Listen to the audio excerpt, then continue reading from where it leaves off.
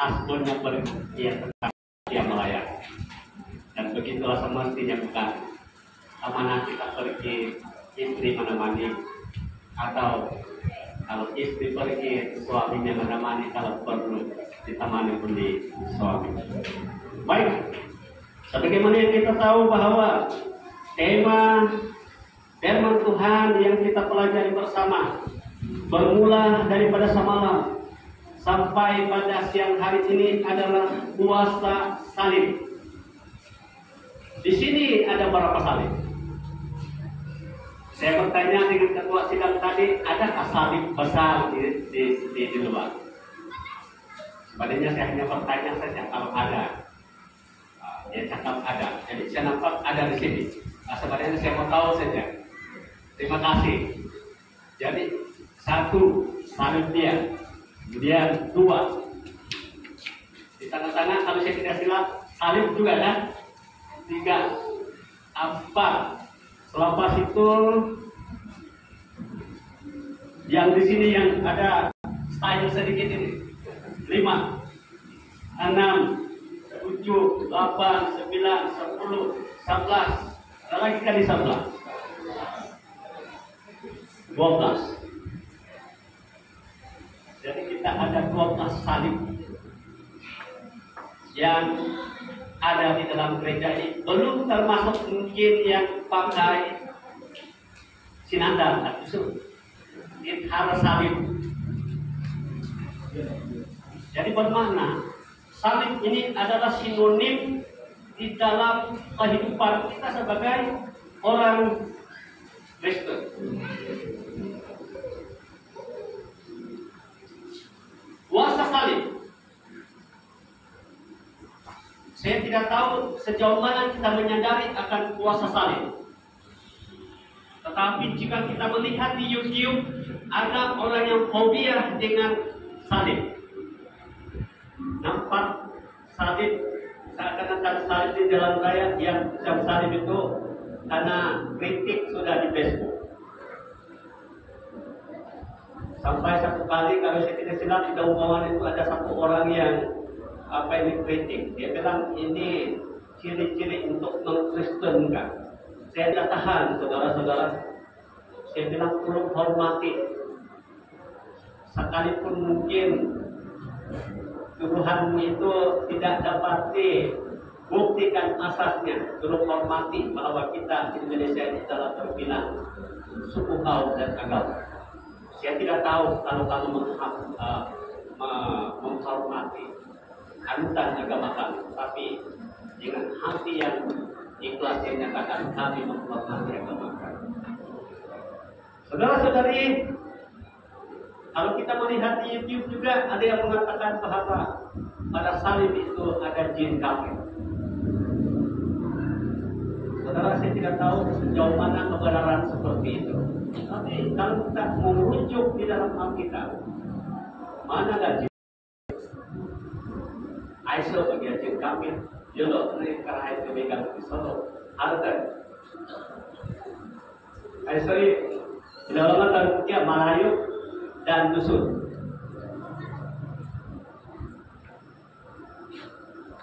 Jadi itu yang akan kita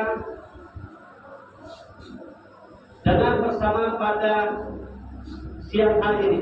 Kalau tadi malam kita sudah mendengar tentang kuasa salib, bahwa lambang salib itu adalah cemoohan, penderitaan, penolakan, kematian. Apakah kalau saya tidak silap?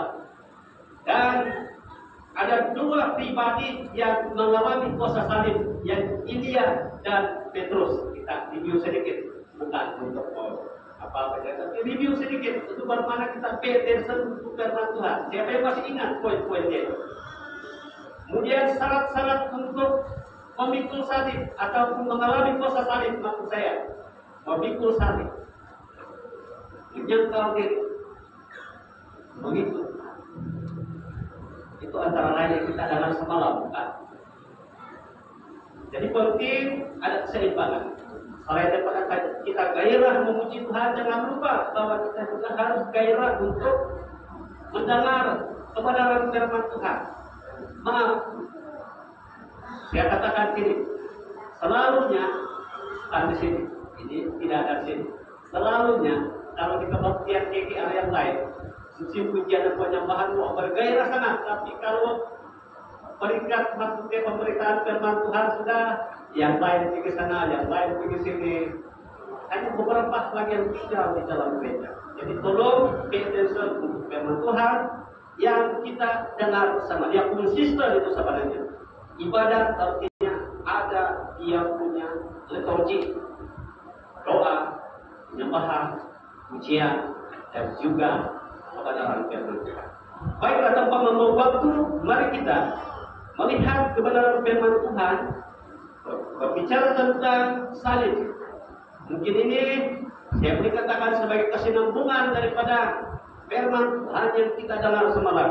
Pertama-tama mari kita baca di dalam khusus pasal yang kedua, ayat yang 13 sampai ayat yang ke-16.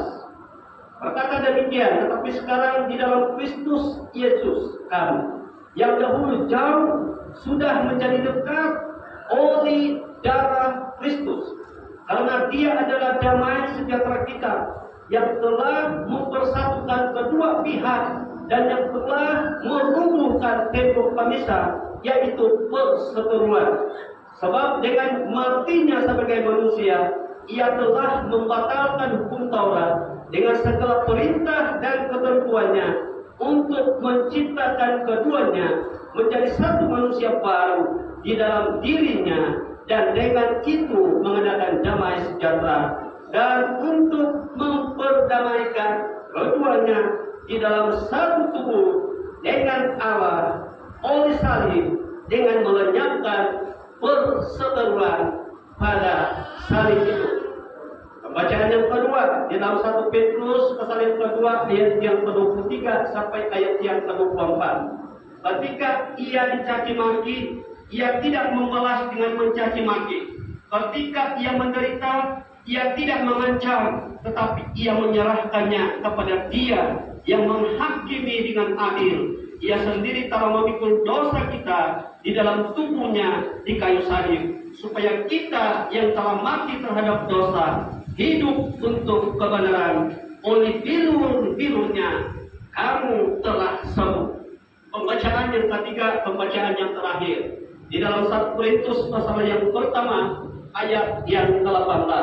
Sebab pemberitaan tentang salib memang adalah kebutuhan bagi mereka yang akan binasa, tetapi bagi kita yang diselamatkan, pemberitaan itu adalah kekuatan Allah. Saudara-saudara yang dikasihi di dalam nama Tuhan Yesus Kristus, semalam kita sudah mendengar tentang pengertian atau lambang salib. Mari kita melangkah lebih jauh lagi tentang pengertian salib. Bila berbicara tentang salib, banyak pengertian yang kita dengar, dan itu sebenarnya adalah memang hipotik atau alkitabiah. Dari segi kata-kata, secara biasa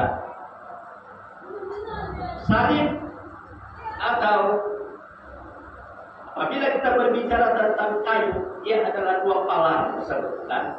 Satu secara melintang, satu lagi adalah secara vertikal.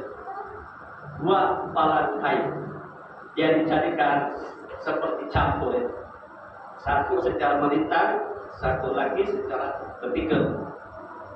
Tapi lebih daripada itu, apakah salib? Pada awalnya, seperti yang telah dinyatakan oleh pastor semalam, bahwa salib itu melambangkan kesengsaraan.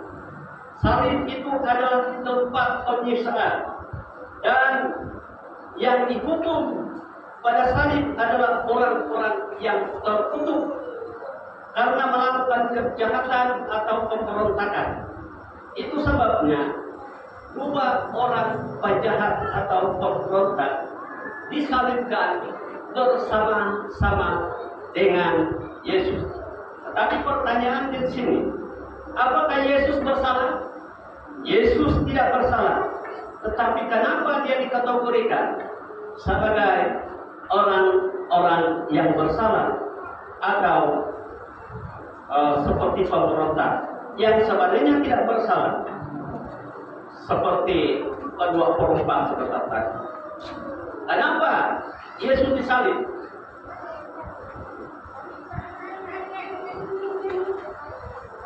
Terima kasih, kami berkata. Kenapa Yesus disalib? Sebab menurut orang-orang Yahudi, Yesus menghujat Allah. Ingat, pada waktu Pilatus mendengar kes Yesus itu, ia berkata bahwa saya tidak mendapati apa-apa kesalahan pada orang ini yang boleh dijatuhkan atau setimpal dengan hukuman mati. Saya tidak mendapat apa-apa bukti yang konkret. Tetapi apa kata mereka yang lain, terutama orang-orang Farisi, para imam dan tua-tua, beliau menghujat Allah. Kalau kita melihat di dalam perjanjian lama, salah satu hukum yang dipegang erat dan salah satu hukum yang ditentukan oleh Tuhan kepada bangsa Israel adalah memegang hukum Taurat dan jangan sekali-kali menghujat Allah. Kalau sekiranya menghujat Allah, maka itu boleh dikenakan hukuman mati. Jadi itulah yang mereka pegang pada waktu Yesus mengatakan bahwa dia sama kedudukannya dengan Bapa. Maka itulah alasan mereka untuk menjatuhkan hukuman mati kepada Yesus.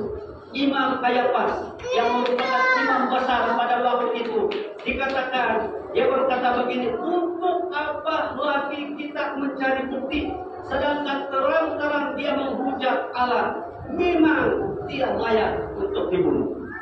Saudara-saudara yang dikasihi di dalam nama Tuhan Yesus, mereka malah karena saya katakan tadi Yesus menyamakan dirinya dengan Allah, dan bagi orang Yahudi perkara ini betul-betul mereka tidak terima. Ini tidak masuk akal karena ini adalah bertentangan dengan hukum Taurat seperti yang saya katakan tadi. Itu sebabnya mereka dengan sebulat suara untuk menyalibkan Yesus, dan malah mereka lebih rela untuk mengeluarkan Barabas yang bersalah, yang menjadi pemberontak, yang penjanaya, dan menyalibkan Yesus. Yang benar pula disalibkan, yang bersalah pula itu dikeluarkan. Saudara-saudara, inti cerita, Yesus disalib mencalang Paskah dan dia mati disalib. Pada hari yang ketiga, Yesus bangkit dan menampakkan diri kepada murid-muridnya, dan bersama dengan mereka ada beberapa orang yang lain. Dikatakan dalam Alkitab, kalau kita baca, ada dia menampakkan sekitar 500 orang. Selama 40 hari dia berada di muka bumi sebelum dia terangkat. Sejak itu, menurut keterangan, salib bukan lagi dipandang hina. Salib bukan lagi dipandang sebagai satu kutuk, tetapi